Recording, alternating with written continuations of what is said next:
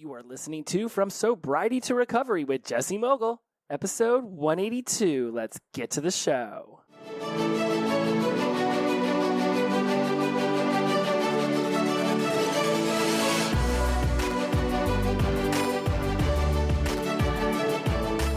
Welcome back to From Sobriety to Recovery. I am your host, Jesse Mogul. I am in addiction recovery.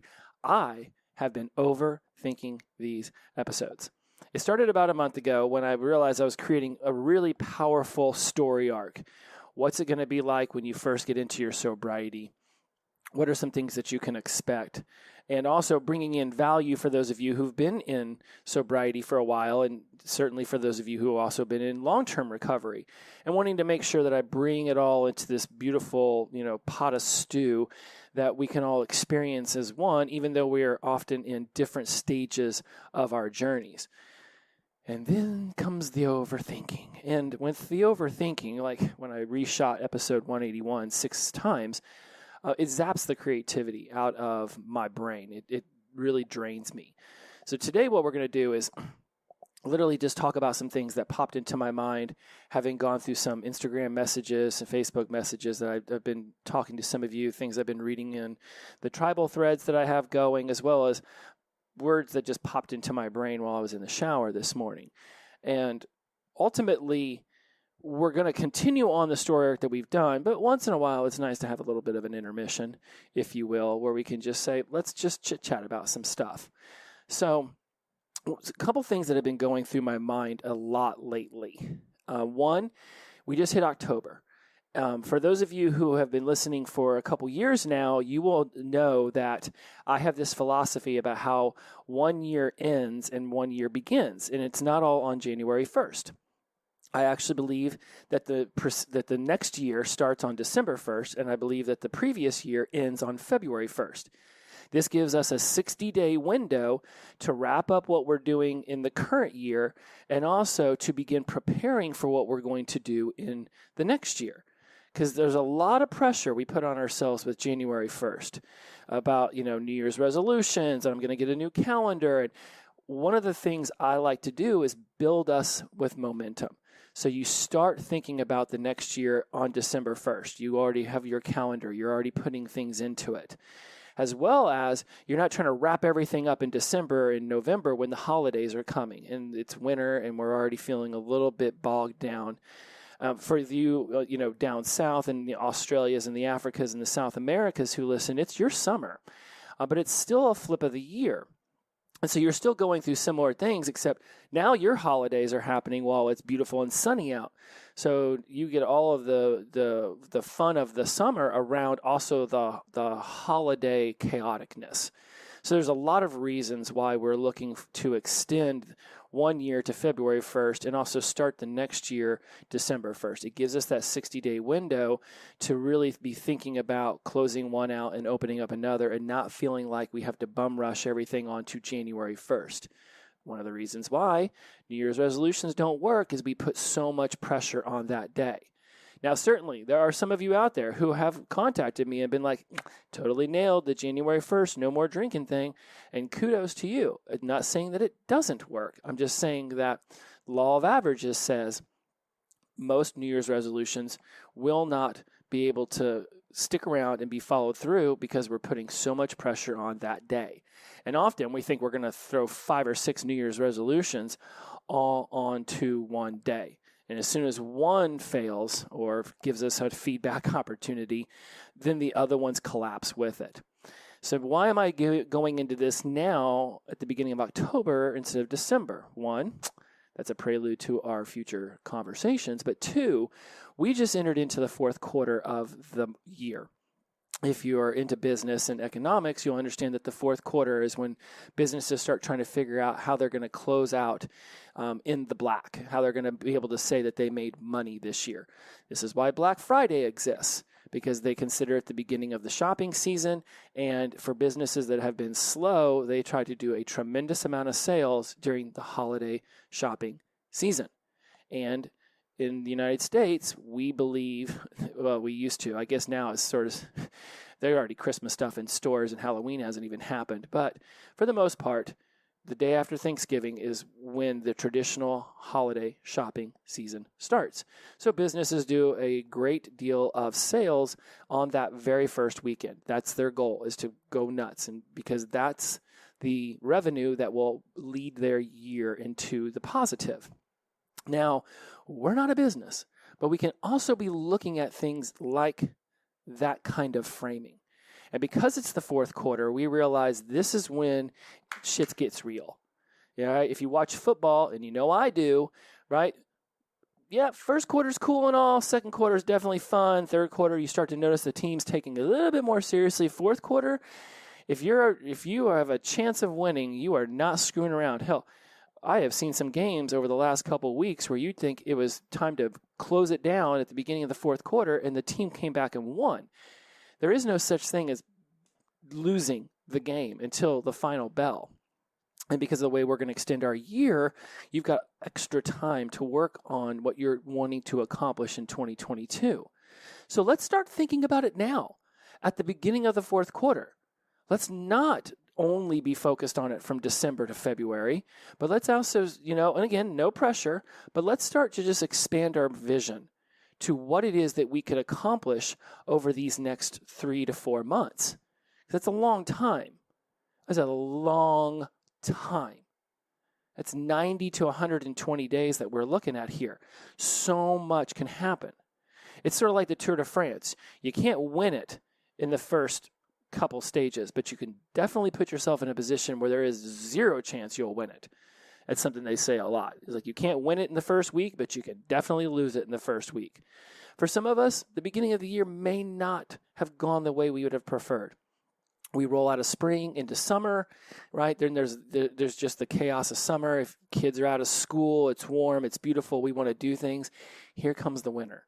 This is a great time for those in the northern hemisphere to start thinking about what we can be doing inside of our homes. And for those of you in the southern hemisphere, I'm not leaving you out. Right? You have the opportunity to go out. You have the opportunity to be in that warmer weather, firing yourselves up. You're coming out of your hibernation. So what do you want to accomplish during your outdoors time, during your warmer months? So this works for both. I will frame a lot of it under the hibernation lens because I am in North America, and that puts me coming up on winter. But you can easily just bridge this right over to those of you in the warmer climates.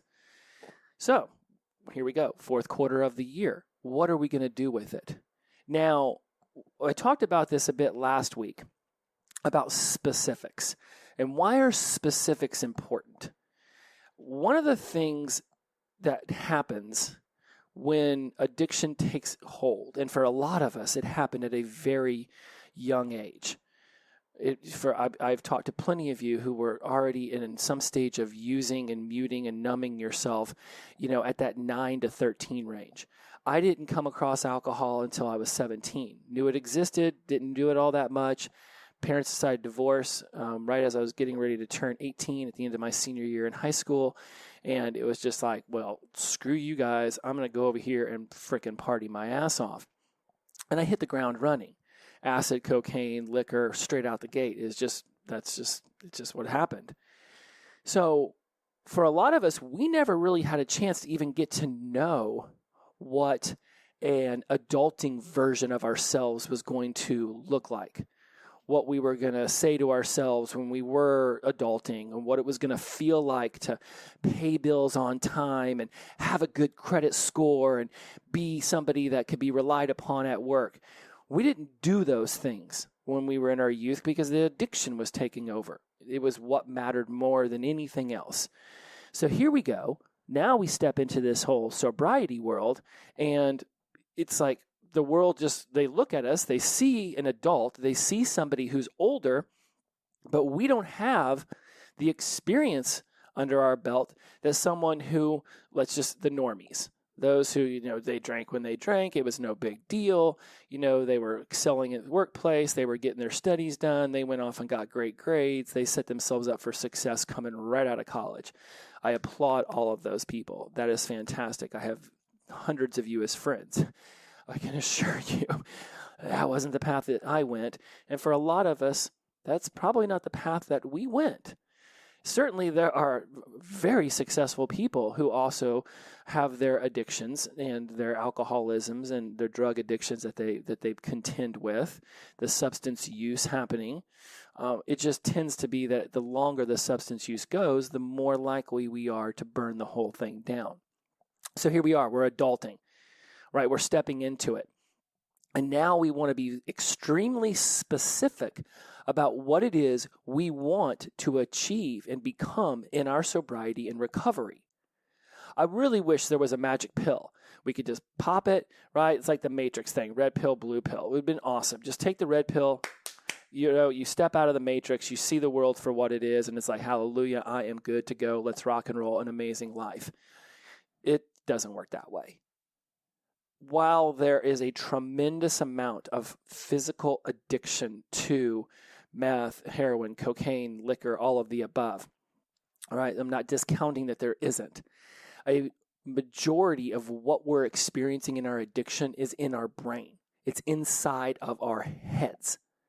We are creating our reality around what we're saying to ourselves, how we're framing things, how we are filtering and processing the world around us as it is introduced to our cognitive senses through our 5 senses, right? Touch, taste, sight, sound, smell. So we're taking all of this stuff in, and for years we have been taking it under the lens of addiction is what's important to me. I want to use, must be intoxicated. A day without intoxication is a day not even worth discussing. Now we're stepping into a world where we want to experience life in all of its splendor, and we've taken away our most valued ally in how we maintain any kind of normalcy in this world. We've taken away the alcohol. We've taken away the drugs. And that's what helped us. That was our homeostasis. That was what we used to balance ourselves. And now it's gone. It's like being in a 22-year relationship, right? And then out of nowhere, you're just like, peace out. You got to go. Divorce time. And no matter how much I contemplated, no matter how much I prepared, day one of taking action on it was a lot. It was a tremendous amount of emotions, amount of feelings, amount of thinking. It was all there. The way I was able to start moving toward my sobriety and really embracing it, aside from the fact that I already knew going into my sobriety that I was looking at least a 3-week detox from the damage I had done during the holiday season, just 6 straight weeks of just plowing through handles every day. It was out of control. So obviously I knew my body was going to need to just do its normal detox. This was the Jesse way. Black yourself out for 6 to 8 weeks, then sober up for a couple weeks just so you could hold down food and not look so gaunt and maybe take some of the yellow out of the skin and look like you were a living human being. And then 2-3 weeks later, my body would start to return to a balance and I'd introduce a little bit of booze, and a week or two later, I was polishing off handles again. And I always knew I was coming to the end of my benders when gin was what I started to drink, because I always hated gin, and I thought it tasted like sandpaper or like paint remover. It was just like horrible. But I knew I was coming at the end of my bender when no other alcohol would bring flavor, or the shakes. You know, when you do like a bunch of shots and like your body sort of shakes. When everything else stopped giving me the shakes, I would turn to gin. And that's when I knew that I was ending up the bender. And so whenever it came time to get sober on January 12th of 2017, and I'd been drinking gin for a straight week, like somebody told me that gin was never going to be around again, I knew I was finishing up that bender. And it was stop. It was just fucking, hey, dude, just stop. No more. I cannot wake up in a shit tub one more time. Please to God. So when my sobriety and recovery started, I knew that I had at least 3 weeks where I was not going to be able to consume alcohol just physically. It was not going to be able to happen. I left it in my room even. You've heard me talk about this. I don't recommend you do it, but that's what I did. I left liquor, I left beer, I left wine, I left it all within arm reach of my bed. It would not have been hard to roll over and consume it. I wanted to test myself. I wanted to know I was serious about this, and I was. So after the end of 3 weeks, when I could start to tell my body was going to be ready to do it again, if I was willing to do that, I'd already made it through the Super Bowl, which was a huge deal. And so I just walked into my roommate's room, put all of it down on the floor and said, hey, I know you still drink. I do not. And here you go. Have a good time. And I walked away and I was done. And what transpired over the coming months was a tremendous amount of self-discovery, of awareness into my own patterns and habits and behaviors, and understanding how my brain was trying to take me back down that path of addiction. Again, there was a lot of physical dependency here, but when we talk about disease and addiction being a disease, right, then we start to talk about how it's this recurring, brain thing that we've got going on. I even Googled some of this. A disease is a particular abnormal condition that negatively affects the structure or function of all or part of an organism. That's definitely something that addiction does, right? Now we go and you look at the American Medical Association's classification for alcoholism as a disease from 1956, and it states that addiction is a chronic brain disorder, not a behavioral problem or just a series of bad choices. So now we understand that addiction is a chronic brain disorder, right? It's a disease of the brain. It messes around with your reward system, your motivation, your memory, all the related circuitry. This is all happening in the limbic system. Now, I'm not a science major, so I don't know all of this, and I've definitely got a professor from the University of Alabama who will be coming on later this year to discuss the science so that we actually have an episode that we can continuously go back to and reference. I'm also a big fan of Sober Powered, the podcast. She does a great job of talking about the science of addiction, and she does it in really nice, delicious, bite-sized episodes, 15, 20 minutes max. She's very much kinesthetic. She talks slower, much more, I don't know if the word calm is the best way to describe it, but certainly that's the word that popped into my head, where I'm super energetic and like pacing back and forth and I feel like I'm going to jump through the microphone. There's a calmness to her, and it's just, I think, very beneficial when you're discussing things like science that we want to absorb a little slower so we can actually put it to our memory and use it. So why am I discussing science today? Because a lot of what you're going to experience in your sobriety to recovery journey is just shit that's going on inside your brain.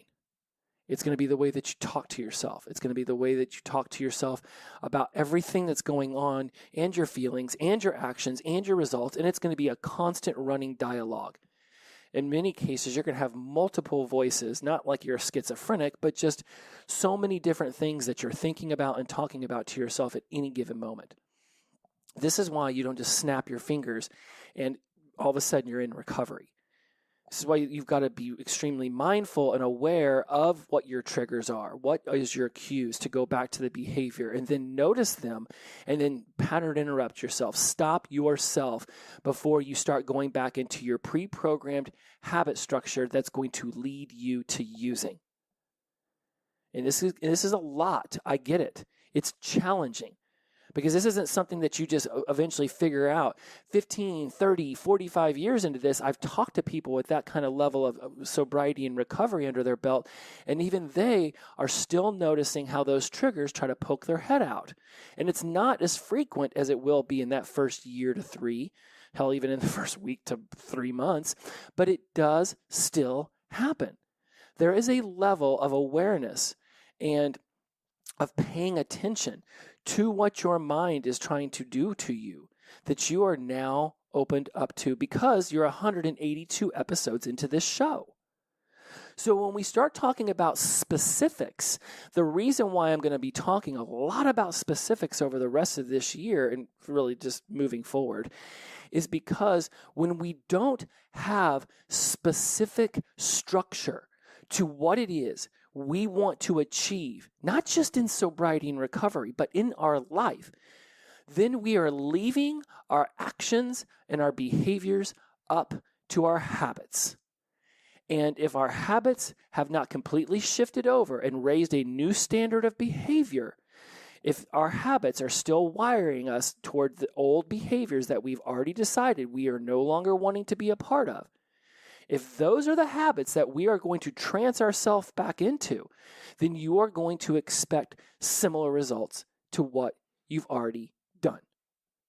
If you are not actively ready to change fucking every habit in your life, and that is a great use of the F word right there, if you are not ready to break down every single habit and ask yourself why it's in your life, then you are going to be susceptible to that habit showing up at the most inopportune time.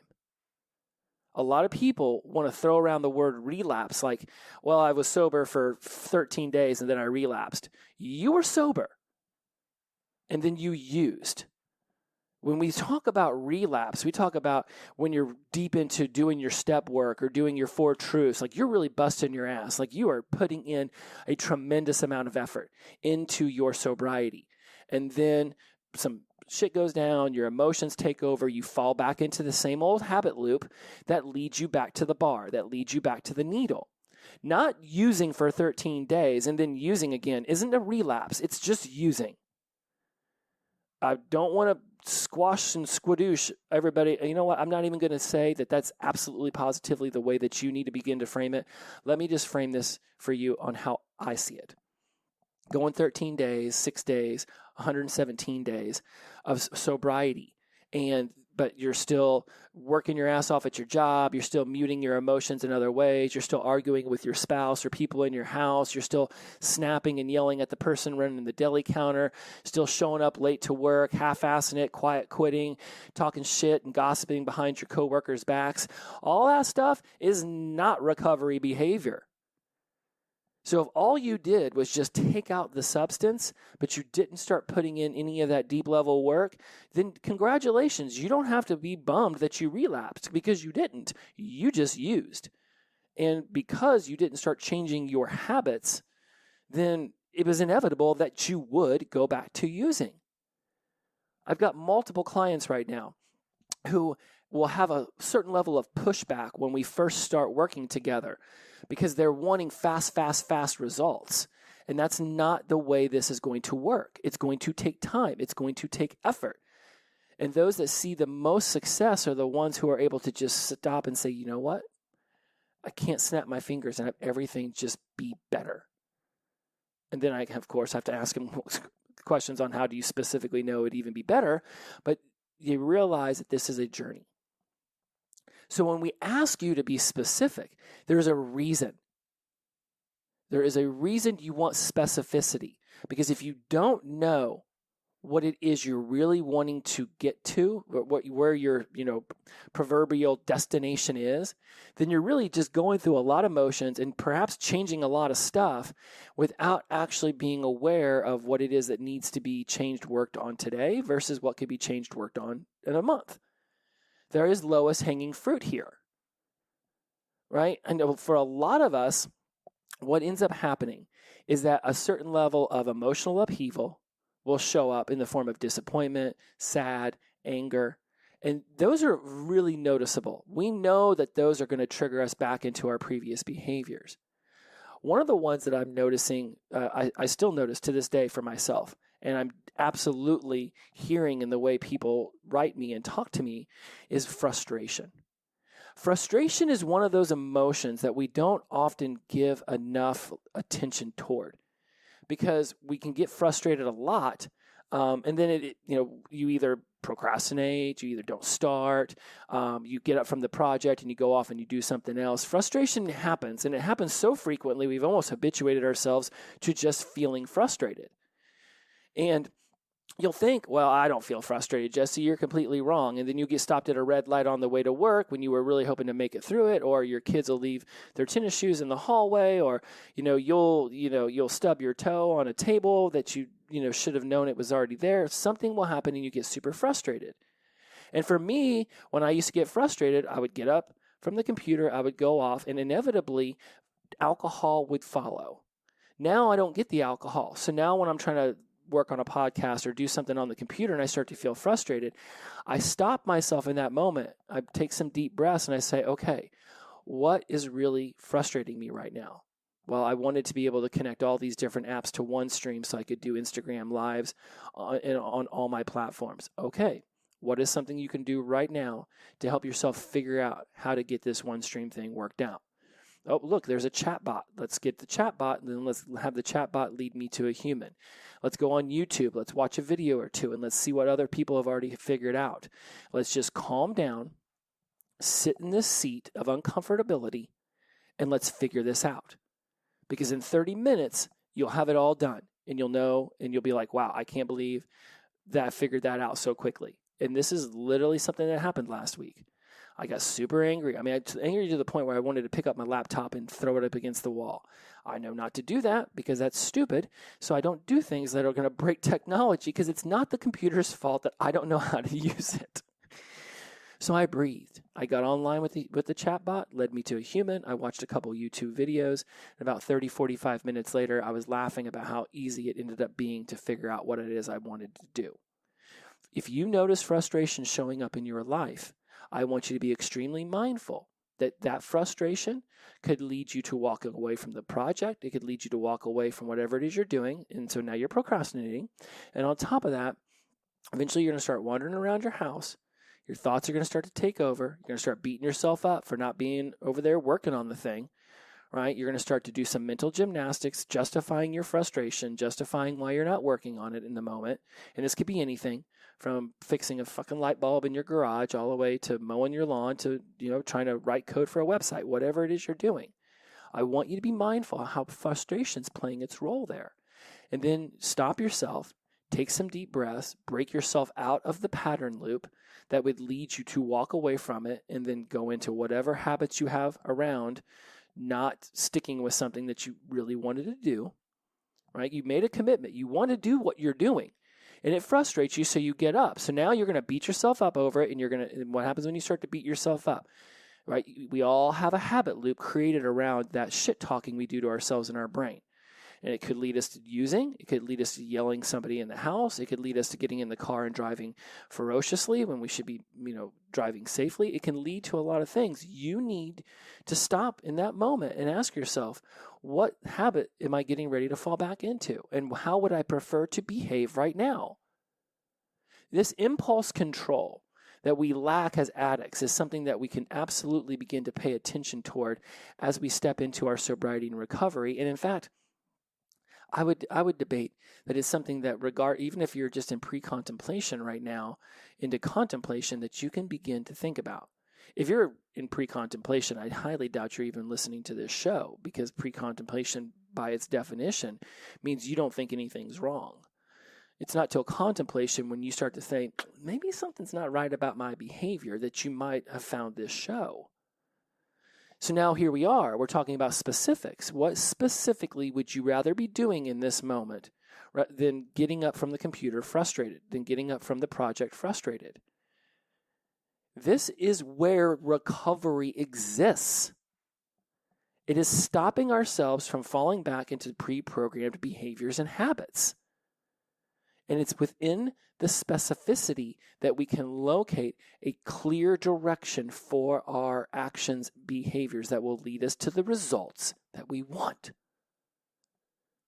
So there's a lot of this practice versus doing conversation that we've had, right? Some people will be like, well, I'm practicing my sobriety. I'm going a week or 2 weeks with being sober. I'm just practicing what sobriety would be like. And then one day I'll actually get sober. Well, congratulations. Each day you don't use, you're sober. You're not practicing sobriety. You are doing sobriety. You are doing it. It's sports that screwed this all up with this idea of practice. Because athletes, swimmers and gymnasts and volleyball players, all the way up to the major 4 sports in the country, they practice. But they don't frame it like when they're in the pool Tuesday morning and it's Michael Phelps and he's swimming, and he's like, this isn't the competition, so this is practice. What I'm really doing is I'm working my ass off to get to the meet on Saturday, and then once that little whistle goes off, that's game time. That's what matters. Okay, that's how sports can frame it. But even on those days that they're quote-unquote practicing, they're doing. They're swimming. They're throwing the football. They're out there, they call it batting practice. You're batting. If you're swinging a bat, you're batting. If there's a ball involved, you are absolutely batting. So sports can frame it however they want to frame it. But for us, if you've one of somebody I'm writing with right now said they picked up the guitar and I think the piano again, and they're playing the guitar and the piano, and I was very mindful of noticing the words that they used when they brought that up. Didn't say right. It was very like, this is what I am doing now. I am playing the guitar and I am playing the piano. When I pick up my ukulele and I play it, I'm not practicing the ukulele. I am playing the ukulele. And there's a huge difference in the way that your brain is going to frame something that you're quote unquote practicing versus something that you're doing. Practicing, it's like we can ease up on ourselves if we don't do it, or we can ease up on ourselves whenever we don't hit the right chord or whenever we don't have the fastest time. I would also say that we could still do that while we're doing. That I don't believe that talking smack to ourselves is helping in any way, shape, or form. I'm a huge fan of the Denver Broncos, and Melvin Gordon fumbled the ball again on Sunday, and we're going to need him to step up because our first running back blew out his knee. And a lot of people are like, oh, he fumbles the ball a lot. He does this. And it's like, I heard the coach say, look, we trust in him. We're gonna get back into our practice this week, and we're gonna focus on him holding on to the ball. Now, in their practice, helping him hold on to the ball might mean he has to walk around with the football, and everybody's gonna try to whack it out of his hand at all times. Whatever that is framed there, what I understand it as is he is actively doing the action of holding on to the ball. And yes, he did something on Sunday we prefer he did not do, but that does not mean that we need to hold it over his head for the rest of the season. That's not going to help his mental and psychological positivity towards the action of holding on to the ball. And now let's bring this back to sobriety, because I may have lost some of you in the sports analogy. I'm not looking for you to be perfect. You should not be looking for perfection. Someone in the tribe right now, discuss how they're at 2 weeks sobriety, and they would be at 3 if it wasn't for that one off day. So I say simple reframe. You were good to go for 20 out of 21 days. All those good days don't get blown up because of one off day, any more than a quarterback who were to throw, if he completed 20 out of 21 passes, people would be heralding him as the MVP of the game. So let's do that same thing for ourselves. And let's be mindful that when we are sober each and every day, we are in the midst of it. We are in the thick of it. You are doing it. You're not practicing sobriety because you didn't drink for 3 weeks or use drugs. You were sober. You get to step into recovery when you actually start working on the things that were causing you to want to drink and use drugs to begin with. And we talk about that a lot, about that's the empowerment dynamic. We're looking to empower you, take you out of the victim mindset, where victim mindset people are at cause.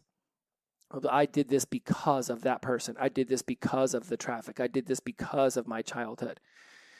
Whereas people who are empowered, who are the creator of their lives, they're at effect. They are affecting their change. And they're not blaming and complaining and making excuses on how some external force caused this to happen in their life. You're seizing personal responsibility. When you catch yourself blaming and complaining and making excuses, you stop yourself on a dime, because we've discussed that's another habit loop, and you ask yourself, how can I take personal responsibility for this? Even if somebody, went off and told the boss that you didn't do a good job on the report, even though they were the ones who didn't do a good job on the report. You can feel like a victim in that moment. You can want to sabotage them or get back to them, but that's not empowerment, right? You get to be the creator. The next project, you bust your ass. You make sure that everybody, knows that you were the leader on that team and you got this stuff done, and you did it in a very humble, non-egotistical way where you gave credit where credit was due, and eventually the proof will be in the pudding. And if that boss doesn't want to see you for being the asset that you are and wants to believe the other person who spreads rumor and gossip, and I promise you, in a world full of quiet quitters and half-assers, you can go out there and find another gig that will appreciate who you are and your abilities and talents. Part of your sobriety to recovery journey is asking yourself, does your career really bring you fulfillment? Your career, how you talk to yourself and your relationships, these are your 3 spheres. This is what's important. So whenever you start looking at other areas where you think, I don't know, maybe this isn't really paying off the way I wanted it to, or well, now I'm sober and I need to reevaluate, right? I got a meeting with a tribal member tomorrow who's currently in this whole big process of asking himself, is it time to move careers? 9 months, 10 months sober now. And it's like, is this the opportunity that I have been waiting for to finally shift my focus from being an employee to perhaps being an entrepreneur? Right? But these are decisions you get to make, but you don't need to make them all in the first week. Right? You can begin to do more sobriety and actively be in your recovery, and then lowest hanging fruit, be specific. What are some things that you want to begin to shift?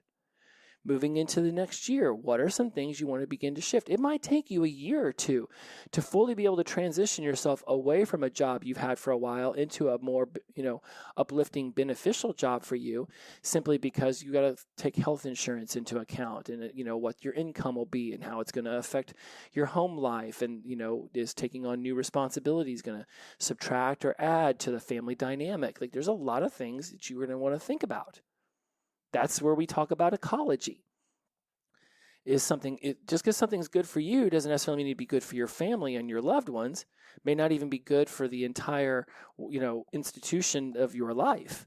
You might get a promotion and bam, it's great. You're making tons more money, but now you got to work 18-hour days. Now all of a sudden your family doesn't see you as much. Right? And turns out you got hired to be working for a company that literally dumps sludge right next to little baby deers. Now you're not doing a job that benefits the world. So sure, you're making more money, but at some point, your family is going to be sad they don't see you. You're going to get tired of seeing dead baby deers because you're dumping sludge in their water hole. And you're going to have to ask yourself if you really want to keep that job. Wow, that whole metaphor went super dark real quick. It's because I see a baby deer in my backyard right now, and I just thought, you know what? Who would want to hurt the baby deer? All right, let's reel it in. Let's get back to what we're talking about. So what have we covered so far? Specificity. What are the specifics of your sobriety and recovery journey around your career, around yourself, around your relationships? What are some specific things you want to do for your physical body and activity? What are some specific things you want to do around your emotions and your emotional intelligence and your emotional management? What about some specifics around your mental acuity? Do you want to learn something new? Do you want to take on a new skill? Do you want to pick up something that addiction took away from you?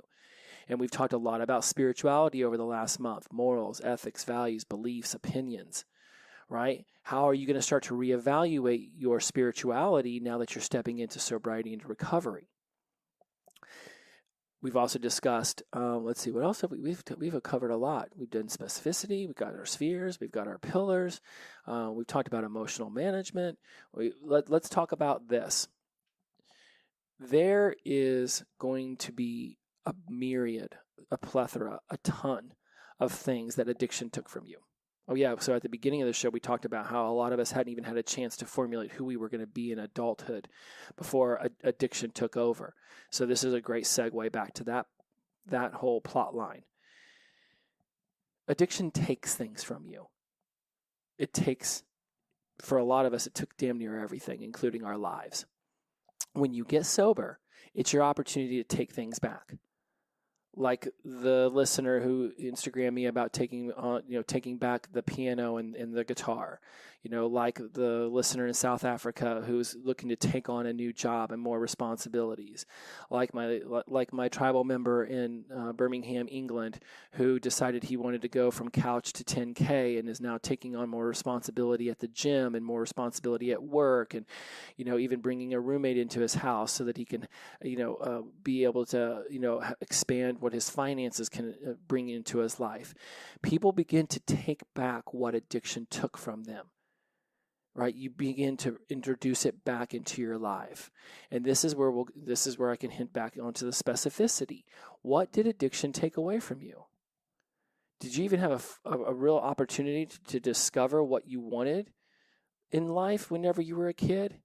Did you come from a real challenging household, so you never even got to, practice swimming or take up volleyball? Maybe there's some things that you just find super interesting and you're curious about. Those are the things that you can start to introduce into your sobriety. We've talked about this in previous episodes. There might even be one called Curiosity, Interest, Passion, Purpose.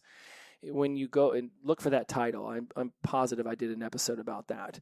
Curiosity and interest. That's where you can start to discover what it is you want to introduce back into your life now that you're moving into sobriety and recovery. It could be a guitar, it could be a piano, it could be a ukulele, it could be your own podcast, it could just be reading once in a while, it could be bird watching, it could be any activity. What are you curious about? What are you interested about? Now let's go introduce that back in and be childlike with it. There's a lot of grief some children get from their parents or from the extended family that they're bounced around from activity to activity. Oh, he never sticks with anything. He's always changing his mind, changing her mind. Every 2 weeks to 4 weeks, it's something else. That's the point. The point is to try a bunch of things and see which ones stick, which ones you really end up enjoying. You might like basketball when you're in 4th grade, but you might be super into playing the flute by the time you become a senior in high school. Whatever. Allow your interests and your curiosities to create this passion inside of you. And it might be that you just like to try a lot of new things. Maybe you are just the, jack of all trades, master of none. Or perhaps you decide you want to be the master of one. And next thing you know, you're just really damn good at welding underwater with a scuba tank. I don't know. But you won't know if you don't try them. And so let's bring finances into the conversation. For a lot of you, you say, well, Jesse, there's only so many things I can do or try. I've got to work 5 days a week. I've got my mortgage, my health insurance. I've got kids. I've got my finances. Shit's already in disarray, and now you want me to take on skydiving. What the fuck, bro? I'm not telling you, first of all, take on anything, let alone things that would push you into a financial despair. But I will remind you that when you were actively using, you always had money for alcohol and drugs. And now you're sober. And now that money is not going towards alcohol and drugs. And yes, that could mean that you're actually paying your car note on time or you're actually paying your electricity on time. Whatever, new financial things that you've taken on now that you're sober and blah, blah, blah, when it comes to the money and where it used to go. Okay, I totally get it. But still, I will fall back to what I previously said. When you were using, you always had money for alcohol and drugs. Never seemed to fail. That I knew how to get to an ATM at 2:30 in the morning to pull out $300 for another 8-ball. Never had a problem with that. Couldn't pay my car note on time, but boy, I'll tell you what, 3 in the morning, I always had money for drugs. Oh wow, the nearest bank is a mile and a half away, and I'm gonna have to walk through a not so great part of town in order to get to my bank. Oh well, guess that's just what I gotta do because my dealer's coming over in 4 to 5 minutes. I might even have to run. We made it happen. Yet now we get sober, and all of a sudden we want to put all these limiting beliefs and these limitations on ourselves. If somebody were to come up to you and say, look, if you don't take on a brand new hobby, right now, today, you're going to lose your left foot.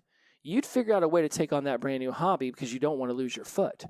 How can we make something seem that important in your life without having to threaten your foot? We don't want to threaten your foot. Diabetes will do a good enough job of that if you overeat sugar. We don't need to be threatening your foot on a day-to-day basis in order for you to start to take action. So you have to be willing to place an importance. And it might mean stashing $25 away for a week, for every single week for the next 4 months until you've saved up, $400, and now you get to go skydiving. It can be whatever it is. The human brain loves having goals, loves having something to look forward to. So do that for yourself.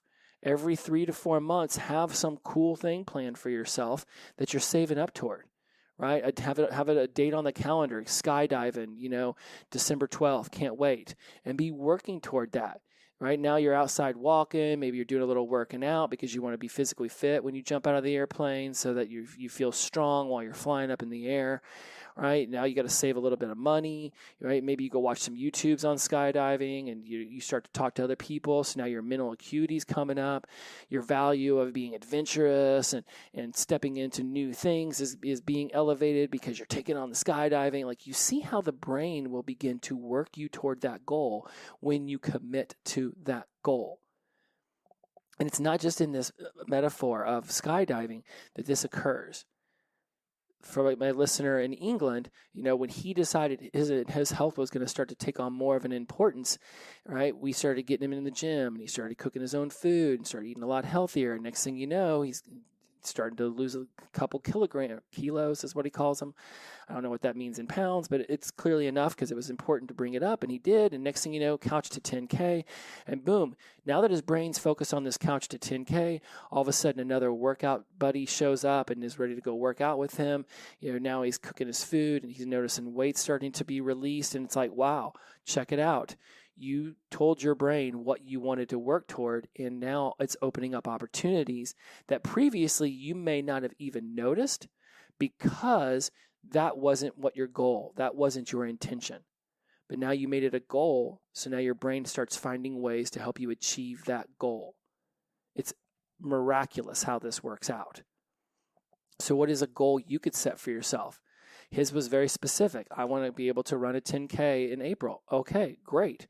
Boom. That specificity has opened himself up to cooking his own food, to having another workout buddy show up, to finding ways in his day to go straight from work to the gym, where a month and a half ago that wasn't even on his radar. This is what the brain does. It works with specifics. And how can you find your specifics? Ask yourself, what has addiction taken away, and what am I ready to seize back into my life? I love doing the things that I do. I went to college for all of this. I took writing classes and photography classes. I took sports broadcasting and, had training on the microphone. Then I went to California and, I was a sports writer and I was a morning news anchor for a channel in Los Angeles. And out of school, I went overseas to Singapore and was, writing up these economy reports for Singapore and Indonesia and Cuba and Bahamas, and I got to do all this cool writing, and I get to meet really amazing people and interview them. And wow, it's just so interesting that when I get sober and I ask myself, what did addiction take away from me? That I went back to doing all of these things that I had enjoyed for years of my life that just kept slipping away. Even my improvisation and my stand-up career is paying dividends off now in my speaking from stage and my teaching at workshops. All the things that I was enjoying that just slowly began to fade as addiction really took its roots in me, I'm able to bring back in now. And now I get to do podcasts for y'all and social media, and I do speak, and it's all amazing. And it's not by some random chance that I started to do all of this. These were things I was interested in from when I was in third grade.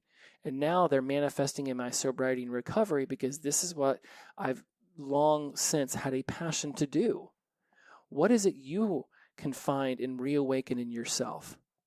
And we're going to get you out of here on this because this is the first time I looked at the timer. I didn't realize I was at 47 minutes. Ruminating. There was something one of the listeners, another sobriety coach, had written me, and I literally read this right before I got on the microphone, where it was talking about not needing to have your brain go back to the past all the time, that your brain remembers everything that you've ever done in your life, and you don't need to be ruminating. That was the word I wrote down, ruminating. You don't need to live in the past, y'all.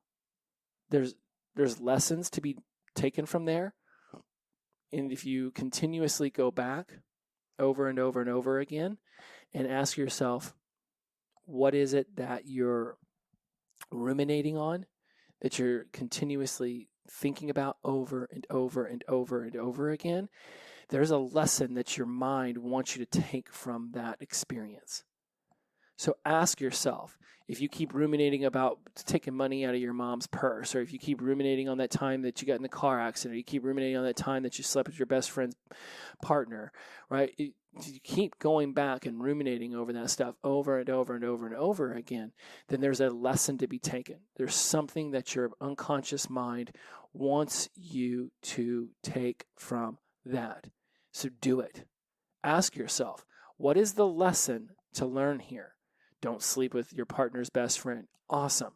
Didn't want to do it then, or I wanted to do it then because clearly you did it, but I wouldn't do it now. I'm a different version of myself now.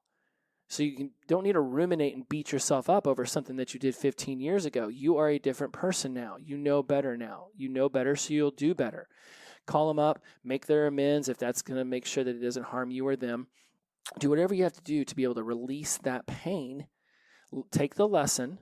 What is the lesson from it, right? And then realize that you were doing the best you could then with the resources you had then. And we all have infinite resources within ourselves. It's just that when we're in an undesirable emotional state, it's often hard for us to tap into those resources.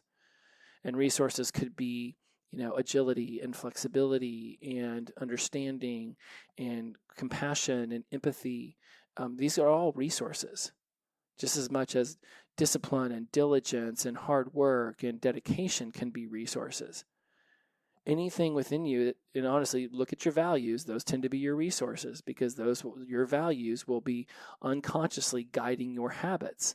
And when your habits aren't taking you where you want to go, ask yourself, what are the standards of my habits? Where am I asking these habits to take me?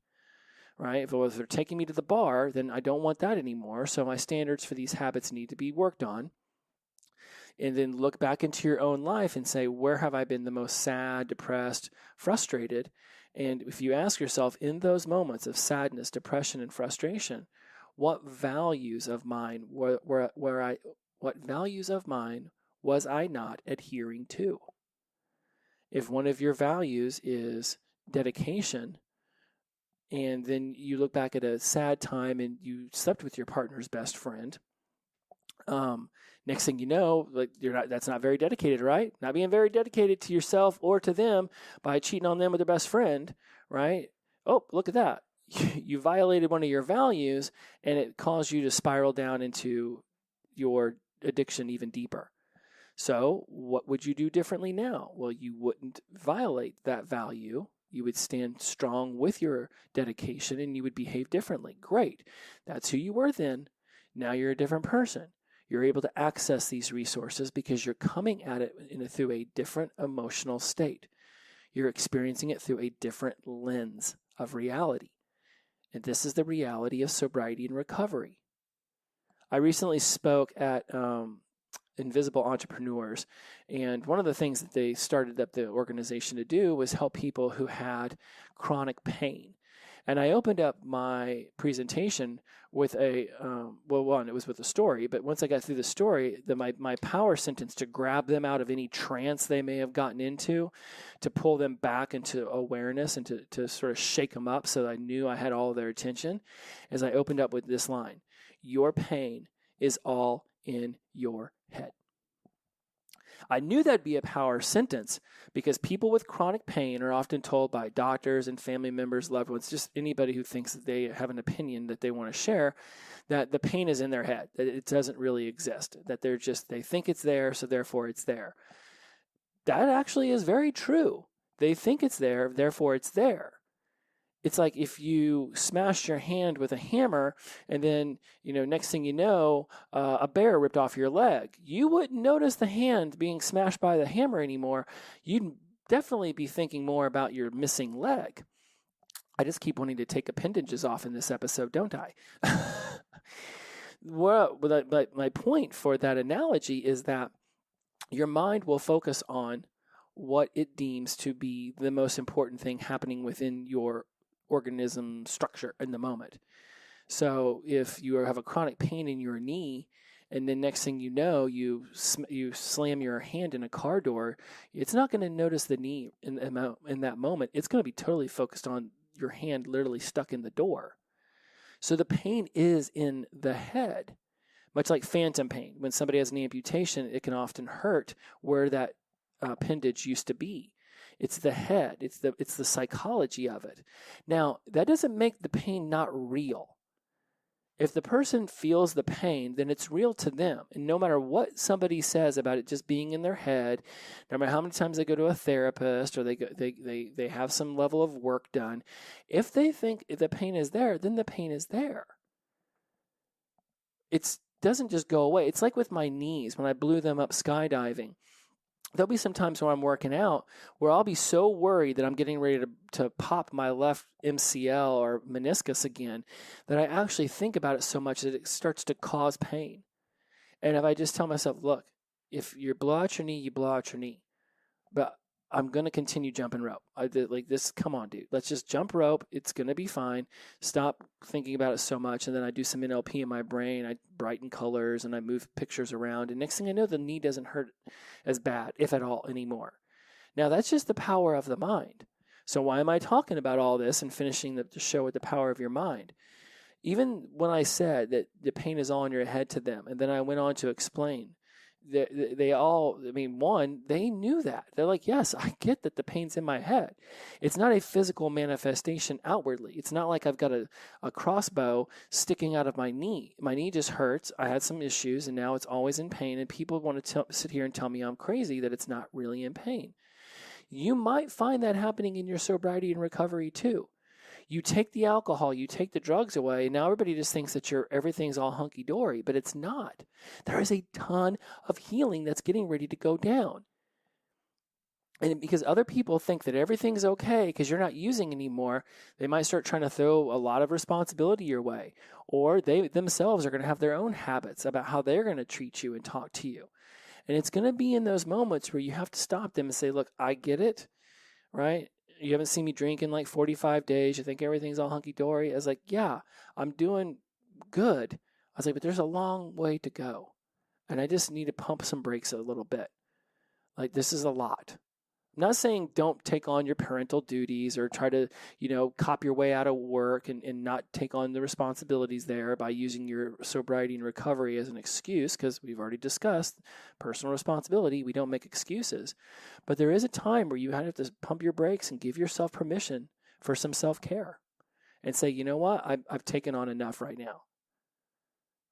I feel like I hear a lot about this with moms,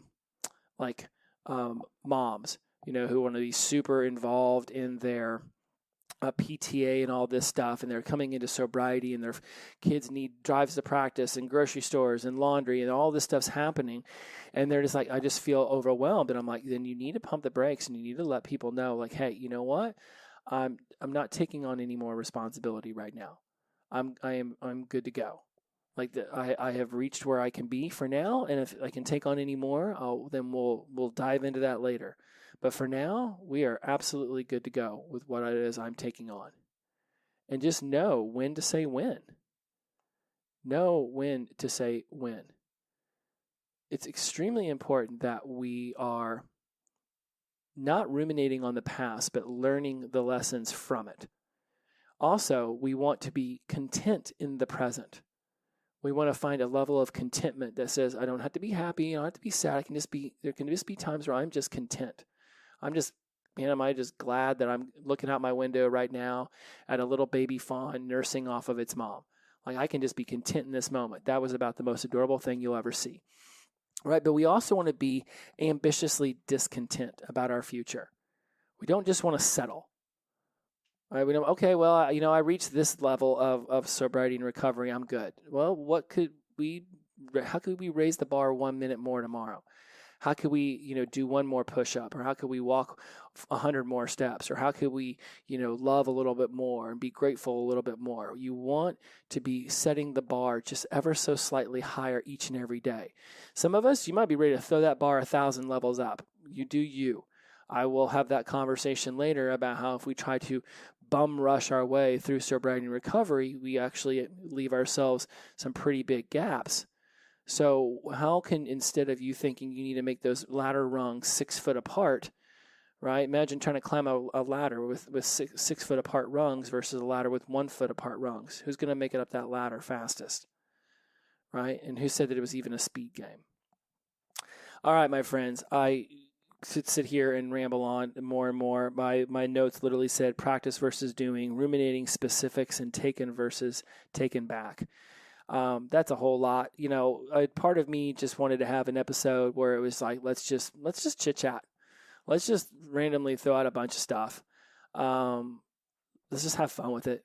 I get so many messages from y'all that you just put me on at work, or you put me on in the car, and you get in and out of the car, and you're running errands, and it's like you listen to the episode, in bits and pieces anyways, which is one of the reasons why I chose not to try to curtail these episodes back to 20 to 30 minutes each and every time. I said, all right, let's just have a good time. Let's just play. And today I think we had a good time playing, right? And I'm going to be posting on my social media these videos, because literally this fawn it's like Bambi outside my window. It's about the most adorable thing. And I put some bird seed out for the birds today because the squirrels weren't running around like crazy. And so the birds finally came back, and I mean, here is just, I mean, seriously, outside this window, not even 25 feet away, is just the most adorable little fawn. I got some great video of the fawn nursing off the mama deer and wagging the tail. And it's like, this is life. Like I feel so blessed and grateful to be experiencing this right now. Outside my window for a decade in Hollywood was, homeless encampments and people going to the bathroom in the street and just a whole slew of oddities. And here I get to watch this deer sit here and chew on some corn, and I get to watch the birds fly around. And what did I think my sobriety and recovery was going to be like? I don't know. I didn't journal back then, so I don't have any written record of what I thought I was going to be able to get to at 5.5 years or 4 years or whatever. But I can tell you that, last night recovery Dharma was all about being grateful and accepting and just loving oneself, and also giving love and sending love to everybody in this world, strangers all the way to people we may not be the biggest fan of. And there's just a level of gratitude and appreciation that I have in my own journey, that I have for all of you for listening as often as you do, and for the messages I receive. For you embracing the random, just Jesse diatribes on random stuff, all the way to just being you. And for so many of you, I know that just off of your messages alone, that you didn't know what this journey was going to be like. You don't know what to expect from yourself. You still don't, and that's good. That's awesome. Each day is another beautiful present. It's another gift. Learn from the lessons of the past. Be ambitiously discontented about your future, but at some point, just whatever your metaphorical deer outside the window is that you just get to be mesmerized by, stop and just pay attention to something minute in life today. Look at something on your street that you've never stopped to look at before. See your own albino squirrel. Yesterday, I'm going for a walk with my girlfriend and didn't even notice, but this house that we passed by so many times has this beautiful piece of artwork that this like round sphere with these cool blades on the top of it. So when the wind's rustling through it, it spins. I had never noticed that. We've been walking past that house for like 3 months every single day. There is beauty all around you. Just stop. Just stop for a moment. Look up from the phone. Social media and news and everything else this phone's introduced us to, it's been magical. I love technology and what it's doing, but it's also disconnecting us from the world, from ourselves, from our friends, from random strangers. Buses used to be bustling and people chit-chatting, and neighborhoods used to be full of people who knew each other's names, and now it's just, if maybe the casual wave or the nod of the head. But, yesterday I walked into the gym and I just looked the guy behind the counter in the eye and just, hi, how you doing? And he said hello back. And rather than break my gaze and look away, which is definitely, an unconscious habit I have when I think I'm looking at someone too long, don't lock at eyes, don't stare at them too long, don't think you're a weirdo. I just looked him in the eyes and like, man, how you doing? Everything going well? Yeah, it's going great. And it was just, it was 15-second back and forth. But it was just that opportunity for him to be seen, for someone to just look at him in the eye and say hello. Where can you be that person today for someone else, for yourself? Where can you just stop, and smell those metaphorical roses? There's an opportunity all around you to admire the beauty of the world. That's one of the beautiful things about sobriety. Is where in the past we would go to concerts or zoos or bowling alleys or wherever, and we want to get half twisted. We wouldn't even want to go if we couldn't get wasted. Now the world's your oyster, and it's going to take time, and it's going to take effort, and there's going to be specific things you're going to want to talk to yourself about, and you're going to want to have specific goals you're aiming for, and then you're going to want to break down those goals to what is it you could be doing for the month on that, for the week on that. What can you do on it for today? Because 90 to 120 days from now, we are smack dab at the beginning of 2023. And has 2022 been everything you wanted it to be? Yay or nay, we can begin to set our sights upward the mountain. It's all about this all the way up life. I'm blessed that I get to be a part of your journey, and I want to thank you all for being a part of mine. Inclusivity over exclusivity, the power of positive energy, release and flow. Every day is the best day of our collective lives when we wake up sober. Shout out to sunshine. Glow on. I'll see you next week. Bye-bye.